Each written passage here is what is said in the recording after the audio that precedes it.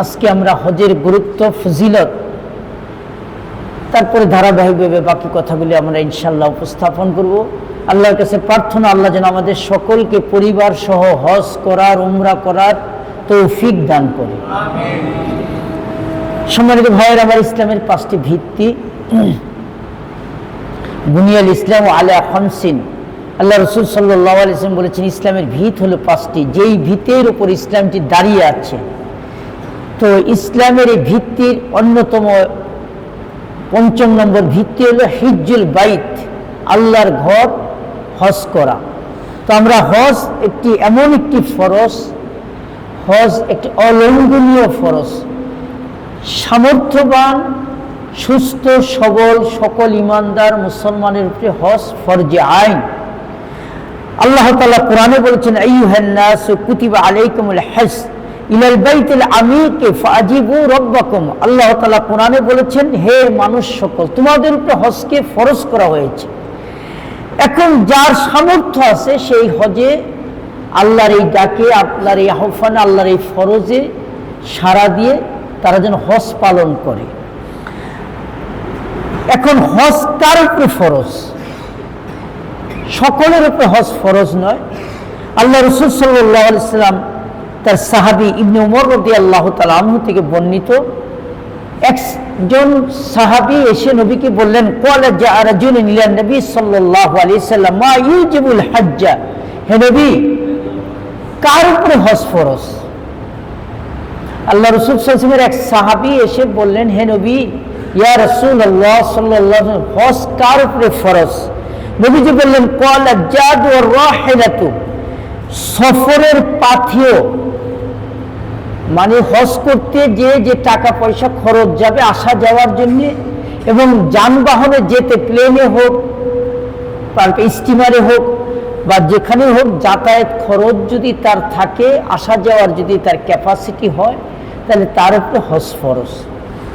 আল্লাহ রাসূল সাল্লাল্লাহু আলাইহি ওয়াসাল্লাম হজের গুরুত্ব সম্পর্কে বলেছেন, মান মালাকা যাদা ওয়া রাহিলাতান তুবাল্লিগুহু ইলাল বাইতিল্লাহি ওয়া লাম ইয়াহুজ্জা ফালা আলাইহি আন ইয়ামুতা ইয়াহুদিয়ান আও নাসরানিয়ান। আল্লাহ রাসূল সাল্লাল্লাহু আলাইহি ওয়াসাল্লাম বলেছেন, যার সামর্থ্য আছে হজ করতে যাওয়ার, টাকা আছে, পয়সা আছে, সুস্থ আছে, এই ব্যক্তি যদি আল্লাহর ঘরে যাওয়ার সামর্থ্য থাকার পরেও হজ না করে, ওয়ালাম ইয়াহুজ্জা ফালা আলাইহি আন ইয়ামুতা, আর এই হজ না করে যদি সে মারা যায়, তাহলে এই ব্যক্তি ইহুদি হয়ে মরুক অথবা খ্রিস্টান হয়ে মরুক, আমি এতে কোনো পরোয়া করি না, নাউযুবিল্লাহি মিন যালিক। তাহলে হজ এমন একটি ফরজ, এটা যদি কেউ না করে মারা যায়, আল্লাহ না করে, নবী বলেছেন সে ইহুদি খ্রিস্টান হয়ে মারা যায়, আমি এতে কোনো পরোয়া করি না। এটা একটা বিশাল ব্যাপার। নামাজের ব্যাপারে, রোজার ব্যাপারে, যাকাতের ব্যাপারে এত কঠিন কথা বলা হয় নাই।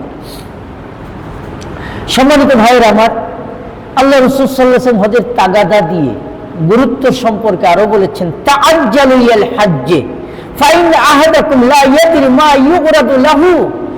যখনই তোমার টাকা পয়সা আছে, মোটামুটি যাতায়াত ভাড়া আছে, চলার মতন, আসা যাওয়ার মতন তোমার আছে, এবং সুস্থ আছো, তাহলে তাড়াতাড়ি করো এই হজ, এই ফরজকে তাড়াতাড়ি আদায় করো। কারণ তুমি যদি দেরি করো, যে এই বছর না আগামী বছর যাবো, আগামী বছর না রিটায়ার্ড হয়ে এলপিআরে যাওয়ার পরে হজ করব, মেয়ে বিয়ে দেওয়ার পরে হজ করব, বাড়িটা কমপ্লিট করে নিই, ছেলেকে বিদেশ পাঠিয়ে নিই, নবী বলছেন লা ইয়াদরি মা ইউরাদু লাহু, তুমি তো জানো না তোমার সামনে কি বাধা আসছে, কোন বিপদে পড়বে, তুমি সুস্থ থাকবা না অসুস্থ থাকবা, তুমি অ্যাক্সিডেন্ট হবা না কি হবে, তোমার আর্থিক কি অবস্থা হবে, তুমি যেই অবস্থার জন্য এখন দেরি করতেছো, সামনে যে কি বিপদ আছে, কোন বাধা আছে তা তো জানো না। এখন যেহেতু তোমার ক্যাপাসিটি আছে, সুস্থ আছো, তাআজ্জালু ইলাল হজ, জলদি হজ করে ফেলো। আমরা অনেকেই বলি যে বাড়িটা শেষ করে নিয়ে, আর আমি ভাই অনেক ঝামেলায় আছি। আপনি বাড়ি ঋণ করে বাড়ি করলেন, এলপিআর এর আগেই জায়গা জমি কিনতেছেন, ফ্ল্যাট বুকিং দিতেছেন, মেয়ে ছেলেরে লেখাপড়া করাচ্ছেন, এতে কোনো সমস্যা নেই। আমাদের মাথায় অনেকের একটা এরকম চিন্তা যে এলপিআরে গেলে, রিটায়ার্ডে গেলে টাকা পয়সা নিয়ে হজে যাব। মালয়েশিয়া, ইন্দোনেশিয়া, তুর্কিরা, ওরা মাশাআল্লাহ ইয়াং বয়সে হজ করে, হজ একটি জিহাদ, এটি জিহাদের ময়দান। এখানে সুস্থ সবলতার সাথে শারীরিক মানসিক অনেক পরিশ্রমের ব্যাপার স্যাপার।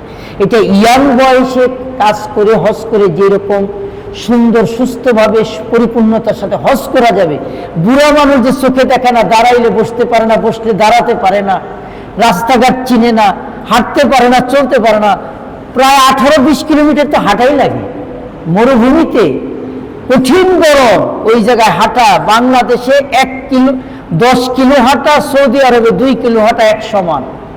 তো এই জন্য এটা ইয়াং বয়সে এই ইবাদত করাটা অতি জরুরি।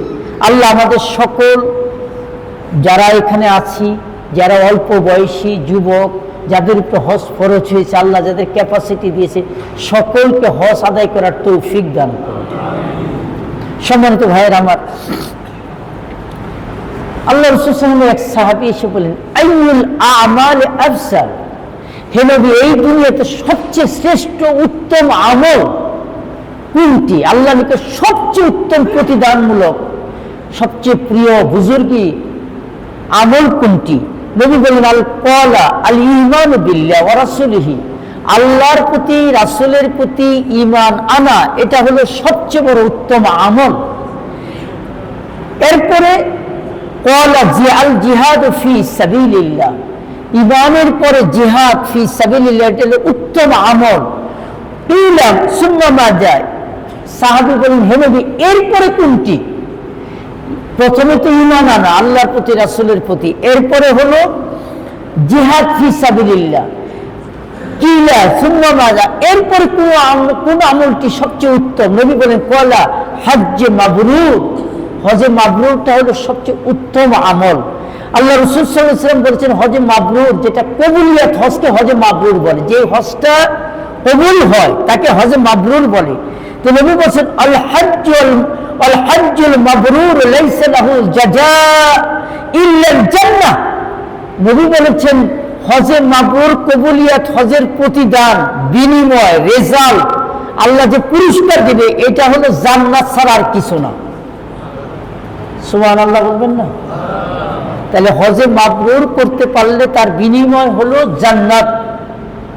সম্মানিত ভাইয়ের আমার, এই হজ এমন একটি ইবাদত, হজে মাবরুর মানে যার প্রতিদান, যার রেজাল্ট হলো জান্নাত। তাহলে আল্লাহ আমাদেরকে হজ করে জান্নাতি হওয়ার তৌফিক দান করুন।